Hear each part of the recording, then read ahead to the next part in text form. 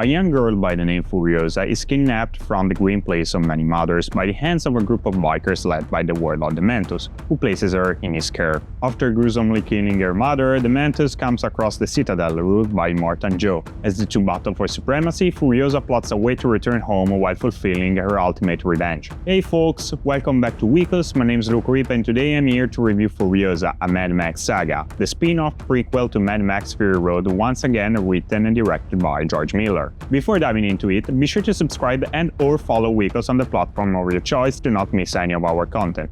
Where are YouTube, Instagram, Facebook, X, TikTok, and Twitch. Let's start by saying that Furiosa ain't no Fury Road, and that was to be expected as Miller's 2015 magnum opus was a production nightmare and the film took 3 years to edit. Translated, it was very difficult Warner would accept such a long time between production and release once again. And while I was expecting that given my filmmaking background and all, it's undeniable general audiences might not, therefore it's imperative to temper your expectations. The action ain't as fast-paced, as immersive nor as chaotic, and in general the movie feels more traditional in its storytelling. With all that out of the way, Furiosa from first to last shot is a great freaking movie. Miller opens once again with the tale of how the world fell, and then moving on to the biker horde kidnapping young Furiosa from the legendary green place we were told about 9 years ago. Fuck!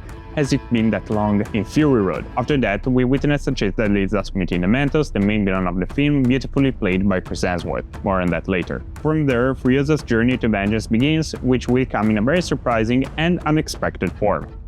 And yes, this prequel is much more narrative-driven than its predecessor, though it stays very much an action epic of very few words. That it's not to say the dialogue isn't well written. On the contrary, it is arguably very intelligent, as it is constantly used to establish the character's intellectual level. In general, Furiosa does a lot of things well in establishing the stakes, the goals, and enriching this world's lore. For example, let's take the Green Place. Seeing it for the very first time plentifully justifies the incredibly violent odyssey Furiosa embarks on Fury Road, and makes her subsequent devastation even more powerful. Another thing this prequel does that I liked quite a bit is to have a narrator, namely the History Man.